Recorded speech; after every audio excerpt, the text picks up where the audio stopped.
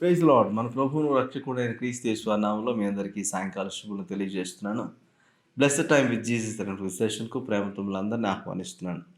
క్రీస్తు ప్రభువునందు మీరు ఆనందిస్తున్నారని, ఆయనలో మీరు ఎదుగుతున్నారని నేను నమ్ముతున్నాను. చిన్న ప్రార్థన చేసుకొని ఈ సెషన్ ప్రారంభించుకుందాం. జీవాధిపతి ఉన్న తండ్రి, మీకు వందనాలు, స్తుతులు, స్తోత్రాలు చెల్లిస్తున్నాము. ఈ సాయంకాల సమయంలో ప్రభువా మరొకసారి మీ నామములో ఈ విధంగా మేము కూడుకోవటానికి మీరు మాకు అనుగ్రహించిన శ్రేష్టమైన సమయాన్ని బట్టి మీకు స్తోత్రాలు చెల్లిస్తున్నాము. ఈ సాయంకాలం ప్రభావ మీతో ఒక ధన్యకరమైన సమయాన్ని గడపాలని ఆశపడుతున్నాము. దయచేసి మీరు మాతో మాట్లాడండి. మీ వాక్కు చేత మా జీవితాలను మీరు సంధింప చేయండి. మా జీవితాల్లో ప్రభావ మరి మీ వాక్యము చేత మరి విశ్వాసంలో అభివృద్ధి చెందే భాగ్యాన్ని మీరు మాకు అనుగ్రహించండి. వాక్యంలోనూ, ప్రార్థనలోనూ, స్తుతి ఆరాధనలోనూ తోడై నడిపించమని మనందరినీ మీ దగ్గర రక్షణాస్థలకు చెప్పుకుంటూ ముందున్న సమయాన్ని మాకు దీవెనకరంగా మీకు మహిమకరంగా మలుచుకోమని మా ప్రభువును రక్షకుడైన క్రీస్తు యేసు వారి నామములో అడిగిపెట్టుకుంటున్నాం తండ్రి. ఆమేన్. ఆమేన్. కొద్ది నిమిషాలు ప్రభువును స్తుతిద్దాం. ఆయన మనకు రక్షణ దుర్గమై ఉన్నాడు. ఆయన మనం నమ్ముకునదగిన సహాయంగా ఉన్నాడు. హల్లెలూయా. ఈరోజు ప్రభువును ఆశ్రయంగా కలిగి ఉన్నటువంటి వారందరూ కూడా ధన్యులు అని దేవుని వాక్యం తెలియజేస్తుంది. అదే మాటను మనం అనుభవపూర్వకంగా పాడుతూ ప్రభువును స్తుతించి కనపడుద్దాం. Let us worship God. Let us give him all the glory and the honor, for he deserves every bit of it. Hallelujah. ప్రభువును ఆరాధిస్తూ ఉండగా హృదయపూర్వకంగా ఈ పాటను పాడుతూ ప్రభువును కనపడదాం. రక్షణ దుర్గము నాకు నీవే, జీవము నా బలమా.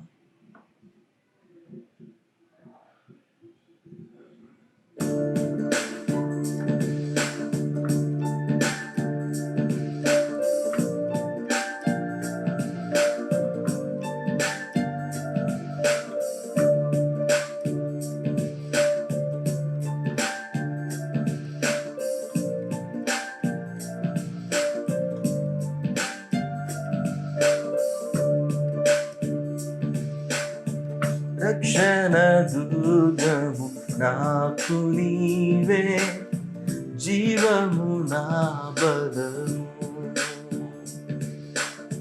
నిరీక్షణ నాదు ఆశ నీవే, నీవే నా ఆరాధన. రక్షణ దుర్గము నాకు నీవే, జీవము నా బలము. నిరీక్షణ నాదు ఆశ నీవే, నీకే నా ఆరాధన. మరొకసారి పాడదామా?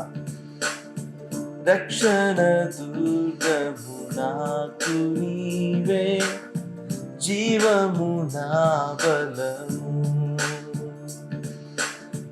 నిరీక్షణ నాదు ఆశ నీవే, నీకే నా ఆరాధన. Last time. రక్షణ దుర్గము నాకు నీవే, జీవము నా బలము. నిరీక్షణ నాదు ఆశ నీవే, నీకే నా ఆరాధన. నమ్ముదు నిన్నే, నిన్నే నమ్ముదు, నిజమైన ప్రేమ నీవే. నా సహాయము యెహోవాయే, ఆశ్రయము నీవే.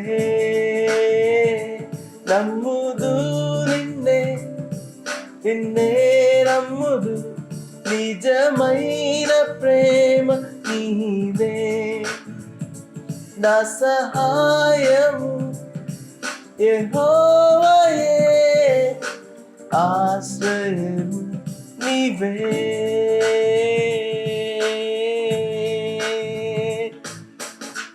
రక్షణ దుర్గము నాకు నీవే, జీవము నా బలము.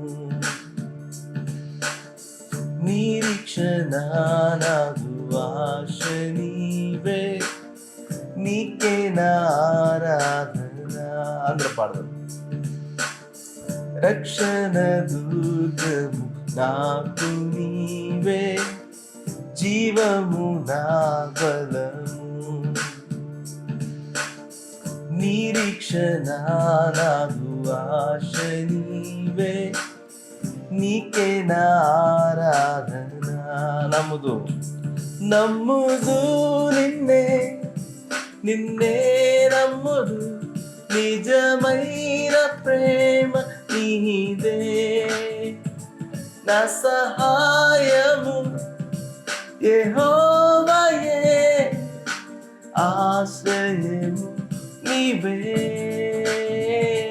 నమ్ముదు నిన్నే, నిన్నే నమ్ముదు, నిజమైన ప్రేమ నీదే. నా సహాయము యెహోవాయే, ఆశ్రయము నీవే.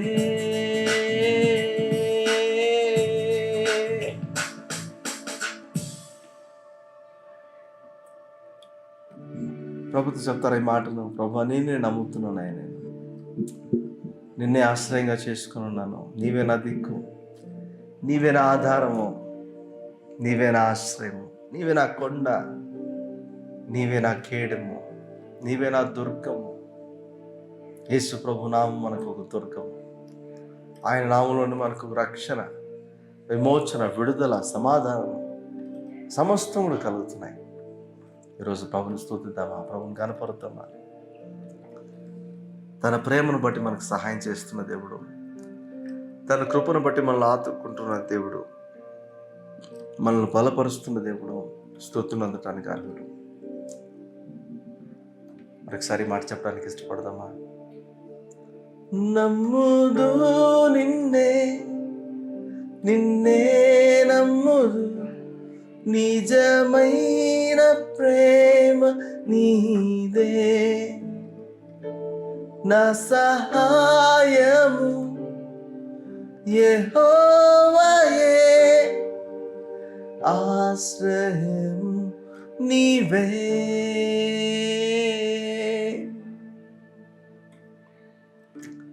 నా ఆధారమా, నా ఆశ్రయమా, నా స్నేహమా, నా జీవమా, నా దైవమా, నా రక్షక, మీకే హృదయపూర్వక వందనాలు, స్తుతులు, స్తోత్రాలు చెల్లిస్తూ సమస్త మహిమను, ఘనతను, ప్రభావం మీకే ఆరోపిస్తూ మా ఈ స్తుతిని, ఆరాధన మీకే సమర్పిస్తున్నాం తండ్రి.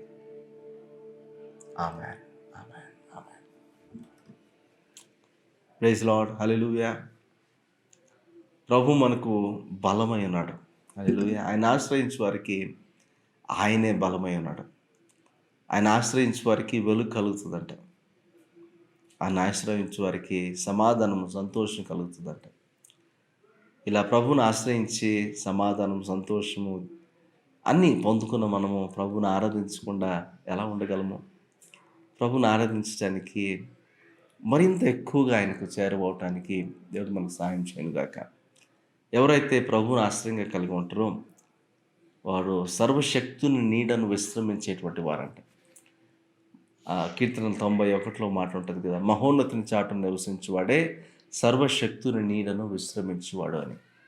ఈరోజు నిజముగా ఆయన యందు మనం ఉంటే, మన యందు ఆయన మాట ఉంటే, మనం ప్రభుని సంతోషపెట్టే అనుభవాన్ని, దేవునికి మహిమ చెల్లించే అనుభవాన్ని మనం కలిగి ఉంటాం. అటు స్తుతి, ఆరాధనతో కూడినటువంటి జీవిత విధానాన్ని మనం కలిగి ఉండటానికి దేవుడు సహాయం చేయను గాక.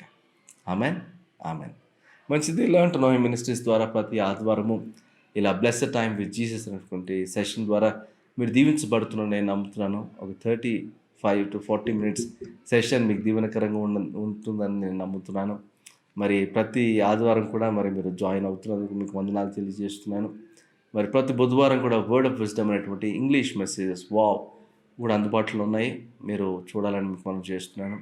బైబిల్ స్టడీ ఆసక్తిగా ఉన్నవారు ఖచ్చితంగా మీరు ప్రతి శుక్రవారం స్క్రిప్చర్ టైం తెలుగులో, ప్రతి శనివారం స్క్రిప్చర్ టైం ఇంగ్లీష్లో మరి మీరు జాయిన్ అవ్వచ్చని మీకు మనం చేస్తున్నాను. మరి ప్రతిరోజు కూడా daily devotions Facebook and Instagram ద్వారా మీకు అందుబాటులో ఉన్నాయి. వాటిని కూడా మీరు చదువుతున్నారని, మీరు దీవించబడుతున్నారని నమ్ముతున్నాను. లెర్న్ టు నో మినిస్ట్రీస్ కొరకు ఇంకా ప్రార్థన చేయండి. మీ ప్రార్థన అవసరాలు కూడా మాకు తెలియచేయండి. We are happy to pray for you. మంచిది. దేవుని వాక్యం వెళ్దాం. దేవుని వాక్యం నుంచి కొన్ని ప్రాముఖ్యమైన విషయాలు నేర్చుకుంటూ ఉన్నాము. వారాల తరబడి ఒకటే మాటను, ఒకటే మూల వాక్యాన్ని మనం ధ్యానిస్తూ ఉన్నాము. దాదాపుగా నెల రోజులుగా అదే ధ్యానిస్తున్నాం అనుకుంటున్నాను. అయితే వారం వారం కొత్త విషయాన్ని నేర్చుకుంటూ మన విశ్వాసానికి ఒకటి తర్వాత ఒకటి యాడ్ చేస్తూ ఉన్నాము. మరి నిజంగా యాడ్ చేస్తున్నారా? నిజంగా దేవుని విశ్వాసంలో ఎదుగుతున్నారా? దేవుని జ్ఞానమందును, సద్గుణమందును, ఆశానిగ్రహమందును నిజంగా ఎదుగుతున్నారా? ఎదిగే అనుభవంలో మీ విశ్వాసం ఉందా? ఒకసారి పరిశీలన చేసుకోండి. ఎందుకంటే మన విశ్వాసము ఒక రోజున కాల్చబడుతుందంట. కాల్చబడినప్పుడు మన జీవితం విశ్వాస జీవితం కాల్చబడినప్పుడు ఏది మిగులుతుందో ఆలోచన చేయాలి. గడ్డిలాగా మన విశ్వాసం ఉందనుకోండి, మిగిలేది బూడిదే. అయితే సువర్ణం వలె మార్చబడిన తర్వాత, మనం అది కాలిన తర్వాత ఇంకా మంచిగా రాటుదేలుతుంది. అలాంటి విశ్వాస జీవితాన్ని మనం కట్టుకోవాలి. అటు కృప దేవుడే మనకు అనుగ్రహించును గాక. మన మూల వాక్యం చదువుకొని మనం ముందుకెళ్దాం. మూల వాక్యము 2వ పేతురు రాసిన పత్రిక 1వ అధ్యాయము 5-7 వచనాలు గల దేవుని మాటను చూద్దాం. ఆ హేతువు చేతనే మీ మట్టుకు మీరు పూర్ణ జాగ్రత్త గలవారై మీ విశ్వాసమునందు సద్గుణమును, సద్గుణమునందు జ్ఞానమును, జ్ఞానమునందు ఆశానిగ్రహమును, ఆశానిగ్రహమునందు సహనమును, సహనమునందు భక్తిని, భక్తి యందు సహోదర ప్రేమను, సహోదర ప్రేమ యందు దయను అమర్చుకొనుడి. ఈ మాటలు పేతురు భక్తుడు రాస్తూ, ఈ అన్ని ఇంగ్రీడియంట్స్ కలిసినప్పుడే మీ విశ్వాసం మంచి రుచిగలదిగా, ఒక అమోఘమైనటువంటి సువాసన గలదిగా మార్చబడుతుంది. అందుకే వీటన్నిటిని అమర్చుకోండి. జస్ట్ విశ్వాసులని పేరుకు మాత్రం విశ్వాసగా జీవించొద్దు అని పేతురు భక్తుడు కొన్ని విషయాలు మనకు రాస్తూ ఉన్నాడు. మరి వీటన్నిటిని ధ్యానిస్తున్న మనము నిజంగా మన విశ్వాసాన్ని పెంపొందించుకుంటున్నామా? ఇలాంటి ఇంగ్రీడియంట్స్ చేత స్పైసప్ చేసుకోగలుగుతున్నామా? మన విశ్వాసాన్ని మనం ఆలోచన చేయాలి. ఉద్రేకపూర్వకంగా మన విశ్వాసాన్ని ఏదో ఒక స్థాయికి తీసుకెళ్ళాలనుకుంటే అది ఎంత ఉద్రేకంగా వస్తుందో అంతే ఉద్రేకంగా వెళ్ళిపోతుంది కూడా. మరి ఆ విధంగా పంపు ద్వారా గాలి కొట్టినట్లుగా మన విశ్వాసం ఉండకూడదు. చంచలులుగా ఉండటానికి వీల్లేదు. అస్థిరులుగా మనం ఉండటానికి వీల్లేదు. అచంచలమైనటువంటి విశ్వాసంతో మనం స్థిరులుగా కట్టబడేటువంటి విశ్వాసం మనం కలిగి ఉండటానికి మనం ప్రయాసపడాలి. ఈరోజు జ్ఞానమునందు ఆశానిగ్రహం లాస్ట్ వీక్ చూసాము. ఇప్పుడు ఆశానిగ్రహం నందు మనకు కావాల్సినటువంటి సహనము గురించి ఈరోజు మనం మాట్లాడుకుందాం. ఆశానిగ్రహముకి సహనంకి ఏంటి లింక్ అని మనం ఆలోచన చేయాలి. చూడండి, విశ్వాసం ప్రతి ఒక్కరికి ఉంది. ఆ విశ్వాసానికి సద్గుణం యాడ్ అవ్వాలంట. అంటే దేవుని గుణాతిశయంలో మనము కలిగి ఉండి ఆ విశ్వాసాన్ని మనం పెంపొందించుకోవాల్సి ఉంది. అయితే అలా పెంపొందించుకుంటుంటే మనము దేవుని జ్ఞానంలో కూడా ఎదగాలి అని చూస్తున్నాము. అంటే మన విశ్వాసంలో సద్గుణం ఉంటే సరిపోదు. ఆ సద్గుణము పెంపొందించబడగలగటానికి దేవునికి సంబంధించినటువంటి అనుభవ జ్ఞానంలో మనం ఎదగటం కూడా అంతే ప్రాముఖ్యంగా అవసరమని చూస్తున్నాం. దేవుని జ్ఞానంలో మనం వర్ధిల్లుతుండగా అనేక రీతులుగా మనం శోధించబడుతున్నాము. అలా శోధనను జయించడానికి మనలో ఆశా నిగ్రహం కూడా మనం కలిగి ఉండాలి. అప్పుడే మన విశ్వాసం స్థిరంగా బలపరచబడగలుగుతుంది, అభివృద్ధిలోనికి రాగలుగుతుందని మనం చూస్తాం.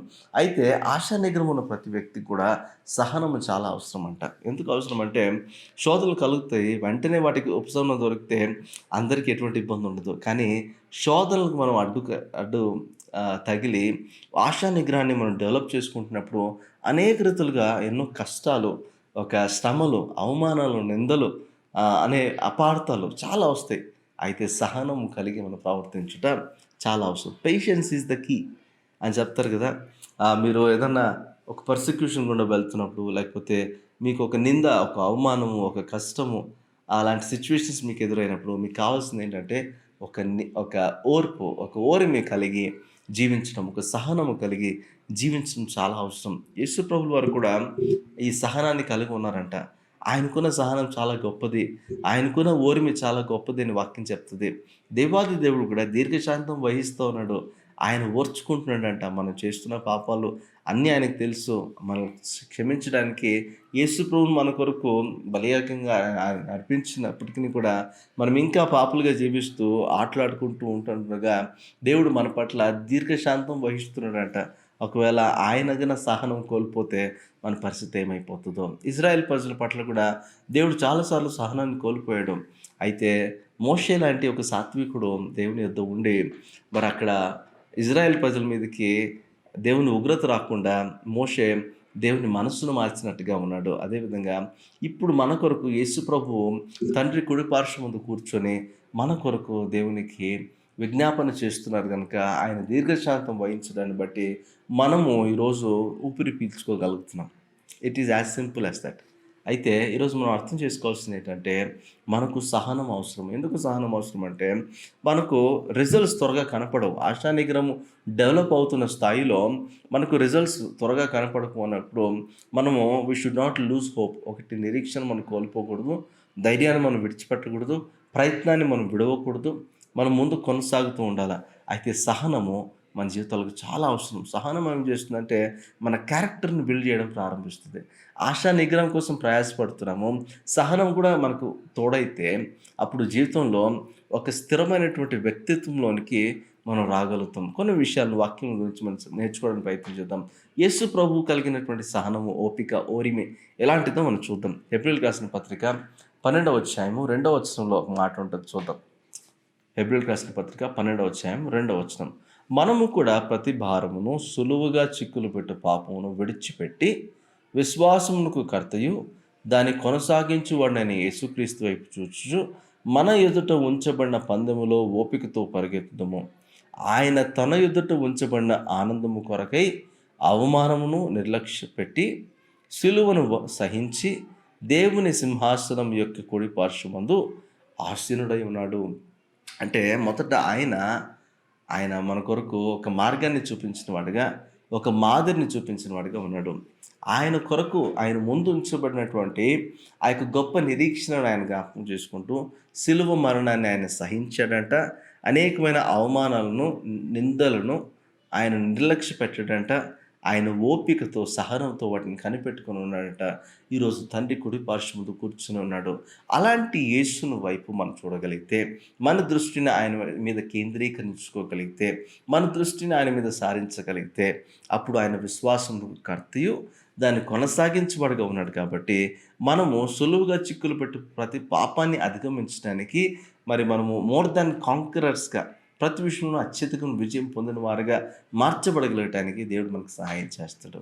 ఈరోజు ప్రతి పాప భారాన్ని మోస్తున్న మనము, శాప భారాన్ని మోస్తున్న మనము, ఇంకా ప్రతి కీడు చేయాలనేటువంటి మనస్తత్వంతో జీవిస్తున్న మనము, ఇంకా ఈ లోకంలో నడుస్తున్న మనము ఆశా నిగ్రహాన్ని డెవలప్ చేసుకుంటూనే దేవుడు కలిగిన సహనాన్ని మనం కలిగి ఉండటానికి యేసు ప్రభువుని మనకు మాదిరిగా ఉంచుకొని ఆయన వైపు చూస్తూ నడవాలంట. అప్పుడు సహనం మనలో రావడం ప్రారంభం అవుతుందంట. యాకోబు పత్రికలో మాట ఉంటుంది, అనేకమైన శోధనలు మనకు కలుగుతాయి. ఒక వ్యక్తి అంతవరకు ఒక గుంపులో బాగా తిరుగుతున్నాడు అనుకోండి, చెడిపోయిన గుంపు అనుకోండి అది. ఆ గుంపులో ప్రతి కంపు ఉంది అనుకుందాం. అక్కడ ఆ మనుషులు విపరీత ధోరణులతో ఈ లోకంలో విపరీతమైన పోకడలకు అలవాటైపోయి ఆ గ్రూప్లో జీవిస్తున్న వ్యక్తి ఒకసారిగా బయటికి రావాలంటే ఒకసారిగా రాలేడు. నిదానంగా బయటికి రావాలి. బయటకు వస్తున్నప్పుడు అతన్ని అవమానపరిచే విధంగా, అతన్ని కఠినంగా ఇబ్బంది పెట్టే విధంగా పరిస్థితులు చాలా ఎదురవుతాయి. పరిస్థితులు అలా వస్తున్నప్పుడు ఇతరులు దిగులు పడిపోకూడదు, లేకపోతే కృంగిపోకూడదు. కానీ దేవుని బలం పొందుకొని సహనముతో దేవుని మీద ఆధారపడి ముందుకు నడవాల్సిన అవసరం ఉంది. యాకోబు పత్రికలో యాకోబు భక్తుడు ఒక మాట రాస్తున్నాడు, చూడండి. మొదటి అధ్యాయము, యాకోబు పత్రిక మొదటి అధ్యాయము 2-4 వచనాలు దేవుని మాటను చూద్దాం. నా సహోదరులారా, మీ విశ్వాసముకు కలుగు పరీక్ష ఓర్పును పుట్టించునని ఎరిగి మీరు నానా విధమైన శోధనలో పడినప్పుడు అది మహానందమని ఎంచుకొనండి. అంటే మన విశ్వాసం శోధించబడుతుంది, మన విశ్వాసం పరీక్షకు తేపడుతుంది అని మనం అర్థం చేసుకోవాలి. విశ్వాసం పరీక్షకు వచ్చినప్పుడు అది మీలో ఓర్పును పుట్టిస్తుందని మీరు గ్రహించాలి. విశ్వాసం పరీక్షించబడుతుందా? You are building your character, you are building your faith, you are building your ఏమంటారు సహనాన్ని, ఓర్పును మీరు బిల్డ్ చేసుకుంటున్నారు. ఆశా నిగ్రహముతో మీరు విశ్వాసము ఒకవేళ షేక్ అవుతుందేమో, ఆశా నిగ్రహాన్ని మీరు బిల్డ్ చేసుకునే క్రమంలో విశ్వాసంలో పరీక్షించబడుతున్నారేమో. ఆ పరీక్షలో మీరు కొనసాగాలంటే ధైర్యంగా ప్రభు మీద ఆధారపడి మీరు నిలబడగలిగితే, మహానందమును మీరు దాన్ని ఎంచుకోగలిగితే, అప్పుడు ఓర్పు మీలో కలగడం ప్రారంభమవుతుందంట. ఓర్పు మీలో పుట్టడం ప్రారంభమవుతుందంట. ఓర్పు పుట్టించిన ఎరిగి శోధనలో ప్రవేశించినప్పుడు అది మహానందముని ఎంచుకోండి. మీరు సంపూర్ణులను, అనునాంగులను, ఏ విషయంలోనైనను కొదువలేని వారునై ఉండునట్లు ఓర్పు తన క్రియను కొనసాగింపనీయుడి. హల్లెలూయా. ఈ ఓర్పు ఏం చేస్తుందంట? మనను సంపూర్ణులుగా మారుస్తుందంట. ప్రతి విషయంలోనూ సంపూర్ణులుగా మారుస్తుందంట. అనునాంగులు అంటే ఇక చెక్కు చెదరని వారుగా, అస్థిరులు అయిపోకుండా స్థిరమైనటువంటి విశ్వాసంలో బలపరచబడే అనుభవంలోనికి ఓర్పు మనల్ని తీసుకెళ్తుందంట. ప్రతి విషయంలోనూ కొదువు లేని వారుగా ఉంటున్నట్లుగా ఓర్పు తన క్రియను మన జీవితంలో జరిగిస్తుందంట. ఈరోజు దేవుని ఓర్పు మనం డెవలప్ చేసుకుంటున్నామా? ఓర్పు, సహనము చాలా అవసరము. ఒక ప్రాసెస్‌లో మనం ఉన్నప్పుడు సహనం మనకు చాలా అవసరం. ఓర్పు మనకు చాలా అవసరం. మరి ఆశా నిగ్రహాన్ని బిల్డ్ చేసుకుంటున్నప్పుడు ఇంకెంతగా సహనం మనకు కావాలి అర్థం చేసుకోండి. ఇంకెంతగా ప్రభువులో మనం బలపరచబడ్డానికి ఇంకెంత మనం ఓర్చుకోవాలి. కొంచెం ఓర్చుకుంటే చాలు మనం సాధించొచ్చు. మరి ఒక ఒక తల్లి మరి ప్రసవ వేదన పడుతూ 9 నెలలు ఓర్చుకుంటది. ఆఖరిలో ప్రసవించేటప్పుడు చాలా ఓర్చుకుంటది. కుమారుడిని చూసిన తర్వాత అసలు ఓర్చుకున్న బాధ కూడా మర్చిపోతది. సేమ్ థింగ్ సహనంతో, ఓపికతో మన దేవుని మీద ఆధారపడుతూ మనకు కలిగే శోధనలు, శ్రమలను అధిగమించడానికి ప్రభువును ఆధారం చేసుకొని జీవించగలిగితే, మహానందమని అప్పుడు ఎంచుకోగలిగితే, ఓర్పు మనలను స్థిరులుగాను, సంపూర్ణులుగాను, దేని విషయంలో కూడా కొదువు లేని వారుగా మనలను కట్టడం ప్రారంభిస్తుందంట. అందుకే పౌలు భక్తుడు రోమీయులకు రాసిన పత్రికలో కూడా మాట రాస్తున్నాడు. చూడండి ఆ మాట. ఈ మాట చెప్పి నేను ముగిస్తాను. రోమీయులకు రాసిన పత్రిక 5వ అధ్యాయం 3-5 వచనాలు గల దేవుని మాట ఒకసారి చూద్దాం. అంతేకాదు ఓర్పు శ్రమ ఓర్పును, ఓర్పు పరీక్షను, పరీక్ష నిరీక్షణను కలుగజేయనని ఎరిగి శ్రమల యందును అతిశయపడదుము. అంటే ఏంటి? శ్రమలు కలిగినప్పుడు ఓర్పు మీలో పుడుతుంది. ఓర్పు మీరు ఎదుర్కొనే పరీక్షలో మీకు విజయాన్ని ఇస్తుంది. ఎందుకంటే ఓర్పు మీకు నిరీక్షణ కలుగజేస్తుంది. ఆ నిరీక్షణ వల్ల మీరు విజయాన్ని పొందుకుంటారు.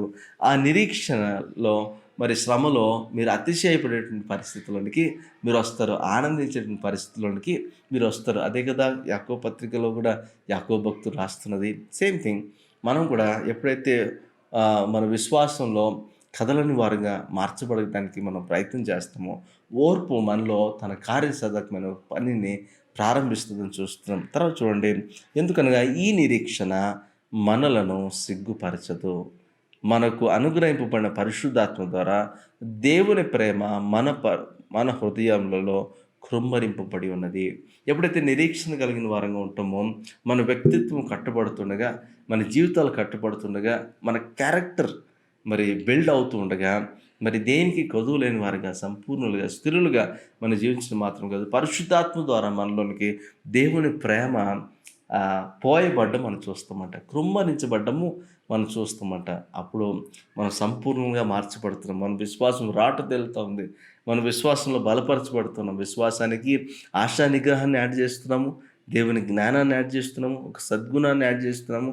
అన్నీ అలవర్చుకోవటానికి ఓపికతో మనం ప్రయాసపడుతున్నాము.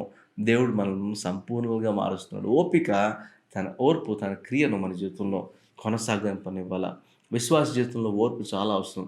ఏదైనా పరిస్థితుల్లో నాకు దేవుడు ఏంటి చేయట్లేదు, ఎందుకు ఏం చేయట్లేదు అని ఆలోచిస్తూ ఉంటాం. ఎందుకంటే మనము ఓర్పుతో మనం వేచి చూడం, వెంటనే ఇన్స్టెంట్గా అయిపోవాలి. ఈ లోకంలో అంత ఇన్స్టెంట్గా జరిగిపోతుంది. ఇన్స్టెంట్ నూడిల్స్కి అలవాటు పడిపోయిన మనము, ఫాస్ట్ ఫుడ్కి అలవాటు పడిపోయిన మనము, ఓర్పు లేకుండా ఓర్మి లేకుండా, మరి మనం సహనం లేకుండా త్వరగా మన జీవితంలో పనులు జరిగిపోవాలా అని చూస్తూ ఉంటాం. ఇట్స్ నాట్ షార్ట్ కట్ ఎప్పుడు పనిచేయదు.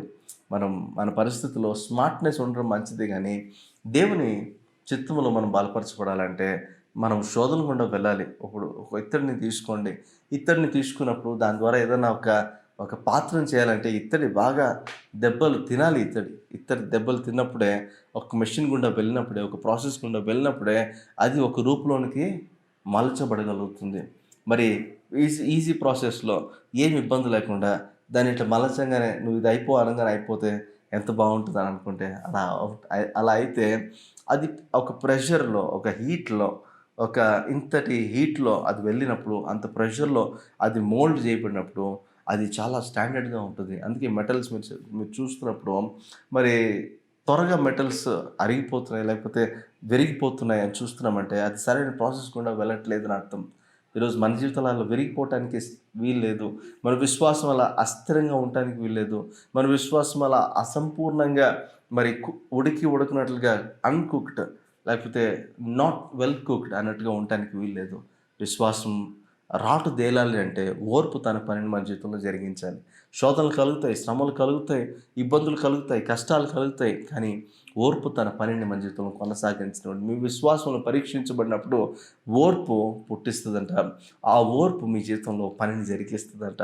మీరు పరిశుద్ధులుగా మార్చబడ్డానికి, పరిపూర్ణులుగా మార్చబడ్డానికి, స్థిరులుగా మార్చబడ్డానికి, ఏ విషయంలోనూ కొదువులేని వారుగా మార్చబడ్డానికి ఓర్పు మీ జీవితంలో పనిని కొనసాగిస్తుందంట. ఈరోజు మన జీవితంలో ఆ ఓర్పు ఉంటే ఎంత బాగుంటుంది కదా. పిలుపులు రాసిన పత్రిక 4వ అధ్యాయంలో ఒక మాట ఉంటుంది. మీరు ఓపిక కలిగి మీరు ప్రవర్తించండి, ప్రభువు అతి సమీపంగా ఉన్నాడు. ప్రభువు సమీపంగా ఉన్నాడని తెలిసినప్పుడు కొంచెం ఓర్చుకుంటే సరిపోతుంది. మనం క్యారెక్టర్ బిల్డ్ అయిపోతుంది. ప్రభు వచ్చేటప్పటికి మనము సిద్ధపడినటువంటి మనసులతో, మనము పరిపక్వత చెందిన విశ్వాసంతో ప్రభు ఎదుట నిలబడడానికి అవకాశం ఉంటుంది. ప్రభు ప్రత్యక్షమైనప్పుడు మనము అస్థిరులుగా ఉంటే బాగుంటుందా, స్థిరులుగా ఉంటే బాగుంటుందా? ఆలోచించండి. ఈరోజు ఒక చిన్న ప్రార్థన మనం చేద్దాము. ప్రభు సహాయాన్ని అడుగుదాము. విశ్వాసమునకు కావలసిన ఓర్మిని, సహనాన్ని మనం యాడ్ చేయడానికి ప్రయత్నం చేద్దాం. జీవాధిపతి ఉన్న తండ్రి, మీకు వందనాలు, స్తోత్రాలు చెల్లిస్తున్నాం. మాతో మీరు మాట్లాడుతున్న విధానం బట్టి మీకు స్తోత్రాలు చెల్లిస్తున్నాం. విశ్వాసంకు కావాల్సిన ఇంగ్రీడియంట్స్ని మాకు తెలియజేస్తున్నారు. మా విశ్వాసంలో సద్గుణము మాకు కావాలి, సద్గుణంలో జ్ఞానం మాకు కావాలి. అది మీ గుణం మాకు కావాలి, మీ గుణంలో మీ ఎదగటం మాకు కావాలి, మీ యొక్క జ్ఞానంలో ఎదగటం మాకు కావాలి. అలా ఎదగటానికి ఈ లోకంతో మేము వేరు చేసుకునే అనుభవంలో ఆశా నిగ్రహం మాకు కావాలి. ఆశా నిగ్రహంతో మేము ఈ లోకంలో మీకు నచ్చినట్టుగా జీవిస్తూ ఉండగా శోధనలు, శ్రమలు, కష్టాలు, ఇబ్బందులు, అవమానాలు, నిందలు మాకు కలుగుతాయి. కానీ ఓపికతో మేము ఎదురు చూడాలి, సహనంతో మీ వైపు మేము కనిపెట్టుకోవాలి, ఆశతో మీ వైపు మేము ఆధారపడి మీ వైపు మేము చూస్తూ మేము ముందుకు కొనసాగాలి. ఎందుకంటే మీరు కూడా ఓరిమి ద్వారా, సహనం ద్వారా మరి ప్రతి దాన్ని జయించిన వారుగా ఈరోజు తండ్రి కుడి పార్శ్వంలో కూర్చుని ఉన్నారు. మరి మా విశ్వాసంకు కర్తయు దాన్ని కొనసాగించేవారు ఆయన మీ వైపు మేము చూస్తూ మీ మీద మా దృష్టిని మేము కేంద్రీకరించుకొని ముందు కొనసాగడానికి, విశ్వాసంలో అభివృద్ధి చెందడానికి మాకు సహాయం చేయండి. నానా విధమైన శ్రమల్లో గుండా మేము వెళ్తున్నప్పుడు అది మహానందమును మేము ఎంచుకోవాలి. అప్పుడే మా జీవితంలో ఒక ఓరిమి, ఒక ఓర్పు ప్రారంభమై ఆ ఓర్పు మా వ్యక్తిత్వాన్ని మారుస్తూ మమ్మల్ని సంపూర్ణులుగా, అనునాంగులుగా, ప్రతి విషయంలోనూ కొదువులేని వారుగా మేము మార్చబడగలటానికి మా విశ్వాసంలో మరి ఆ ఓర్పు తన క్రియను జరిగించినట్లుగా సహాయం చేయండి. ఈరోజు ఈ వాక్యం ఉన్న ప్రతి ఒక్కరి జీవితంలోనూ ఓర్పు తన క్రియను జరిగిస్తూ, విశ్వాసంలో మమ్మల్ని రాటు తెలుస్తూ మీకు ఇష్టమైన జీవితం జీవించగలిగిన భాగ్యాన్ని మాకు దయచేయమని మా ప్రభువును రక్షకుడైన క్రీస్తు యేసు వారి నామములో అడిగిపెట్టుకుంటున్నాం తండ్రి. Amen, amen. Thank you so much. మీరు దీవించబడుతున్నాను నేను నమ్ముతున్నాను. అర్థం చేసుకోండి, ప్రభువు ఓపికతో మనం ఆయన వైపు చూడాలని, ఆయన మన కొరకు ఉంచిన గురిని మనం ముందు ఉంచుకొని ఓపికతో మనం పరిగెత్తాలని ఆయన కోరుకుంటున్నారు. విశ్వాసంలో ఆ ఓపికతో మనము పరిగెత్తుతూ విశ్వాసాన్ని అభివృద్ధి చెందించుకుంటూ దేవునికి ఇష్టలుగా జీవించగలిగే భాగ్యాన్ని దేవుడు మనందరికీ అనుగ్రహించును గాక. ఆమెన్.